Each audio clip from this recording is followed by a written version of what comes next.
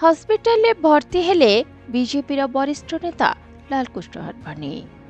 सप्ताह मध्य दुई दुई थर एभली हस्पिटाल से भर्ती होइछंती। आडवाणी स्वास्थ्यावस्था खराब हेबारु तांको बुधवार संध्यारे दिल्लीर अपोलो हस्पिटाल रे भर्ती करा जायछि। तेबे गत सप्ताह पूर्वरु मध्य आडवाणी स्वास्थ्यावस्था खराब हेबारु तांको दिल्ली एम्स रे भर्ती करा जायतिला। परे चिकित्सा करा जाय तांको हस्पिटाल रु डिस्चार्ज करा जायतिला। आ एबे पुणी बुधवार तांको हस्पिटाल रे भर्ती करा जायछि। तेबे आडवाणी स्वास्थ्यावस्था एबे स्थिर रहितिबा डाक्तरी दल कहिसथि। तेबे स्वतंत्र डाक्तरी दल तांको स्वास्थ्यावस्था उपरे नजर रखिछथि।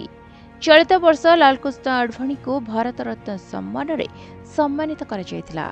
राष्ट्रपति भवन परिवर्ते तांको बासभवन रे पहुंची आडवाणी को सम्मानित करथिले राष्ट्रपति द्रौपदी मुर्मू। तेबे सेपटे सूचना रही आडवाणी यूरोलोजी विशेषज्ञ तत्वावधान रे निजर चिकित्सा कराउछंती। 96 वर्षीय आडवाणी बेस किछि दिन हेबो वैसाधिक कारणरू असुस्थ रहउछंती।